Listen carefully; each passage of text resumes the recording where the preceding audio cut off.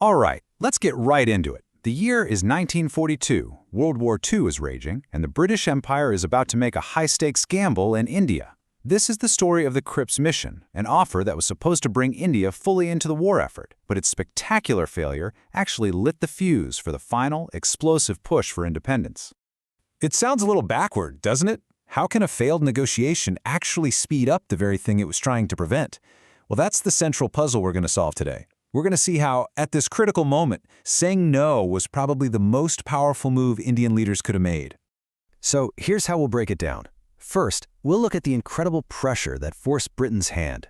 Then, we'll dig into what Cripps actually offered. We'll talk about the legendary rejection of that offer, figure out why pretty much everyone said no, and finally, we'll explore why this failure was such a massive turning point. Okay, so to really get the Cripps mission, you have to feel the absolute panic that was setting in for the British government in early 1942. You've got Winston Churchill, a man who believed in the British Empire down to his bones, being forced to do something he despised: talk seriously about Indian self-government. And why? Because the war wasn't just some far-off fight in Europe anymore. It was, quite literally, knocking on India's front door. Now look at the dates on this timeline. What's absolutely shocking is the speed of it all. In February of 42, Singapore, the great British fortress in Asia, just falls to Japan. And this wasn't just a military defeat. It was a huge psychological blow. It shattered the myth of British invincibility. Then, just a month later, Rangoon goes down. The Japanese army was moving so fast that India, the so-called jewel in the crown, was suddenly looking very, very vulnerable. Britain had to do something, and they had to do it fast. So Churchill was basically in a vice, getting squeezed from three directions at once. You had the immediate military threat we just saw. Then you had his own allies, especially President Roosevelt in the US, who were saying, hey, we're fighting a war for freedom here. It looks kind of bad that you're holding on to an empire. And on top of all that, you had the pressure cooker inside India itself. A previous weaker proposal called the August Offer had already been shot down, showing that Indian leaders weren't going to be satisfied with vague promises anymore. So, into this intense situation flies Sir Stafford Cripps. He was a high-ranking British official, and he was actually known to be sympathetic to the Indian cause, which made him a pretty interesting choice for this job. He lands in India in March 1942 with a plan, a blueprint that was supposed to solve everything.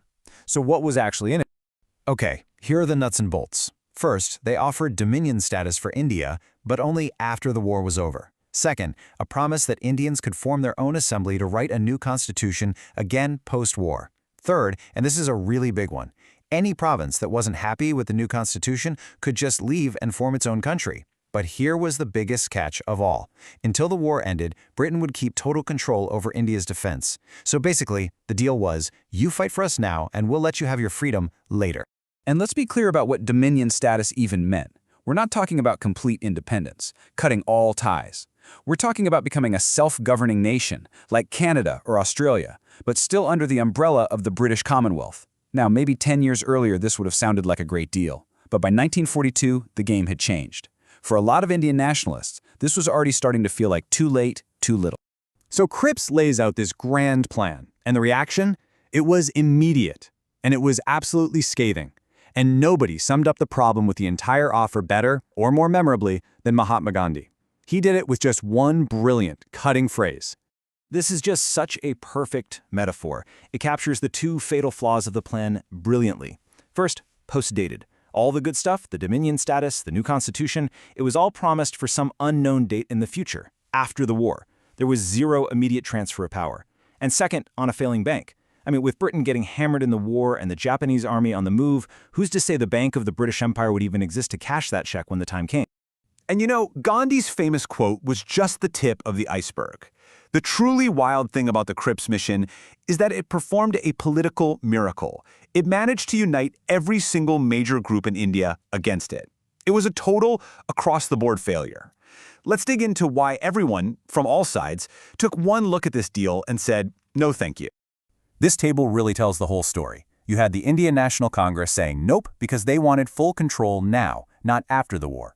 Plus, they hated that secession clause, seeing it as a threat to a united India. Then you have the Muslim League, who also said no, but because that same secession clause wasn't a strong enough guarantee of a future Pakistan. And then other groups, like the Hindu Mahasabha, rejected it for the same reason as Congress. They feared it would break the country apart. It's almost impressive, really. By trying to give a little something to everyone, Cripps ended up with a plan that nobody wanted. So the mission is a complete bust. Sir Stafford Cripps packs his bags and goes home empty-handed. End of story, right? Well, not quite. Because in a strange twist of history, it's the failure of the mission that becomes its most important legacy. This moment of rejection slammed the door on any further compromise and basically kick-started the final unstoppable drive for freedom. So where's the silver lining in this failure? Well, you have to look closely at the language here. Just 2 years earlier, the British had said a new constitution will be framed mainly by Indians. Now, with the Cripps Mission, they were saying it would be framed entirely by Indians. It's a subtle change, but it's huge. Even though the offer was rejected, that new promise was on the record. The British couldn't just take it back. A new, higher baseline for all future negotiations had just been set. So if we put it all together, we see 4 key things fall into place because this mission failed. First, it was a point of no return. The British had shown their hand and they couldn't go backward. Second, and this is so important, that little secession clause officially planted the idea of partition into the political landscape.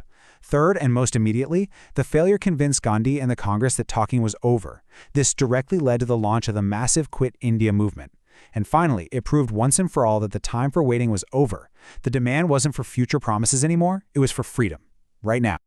And all of this leaves us with one last, big question to think about. Was the Cripps Mission just a clever, cynical trick to buy India's cooperation for the war, an attempt to preserve the empire? Or, even though it failed, was it actually the moment the British Empire, pushed into a corner, took its first real, irreversible step towards its own end in India? That's a debate that historians are still having today.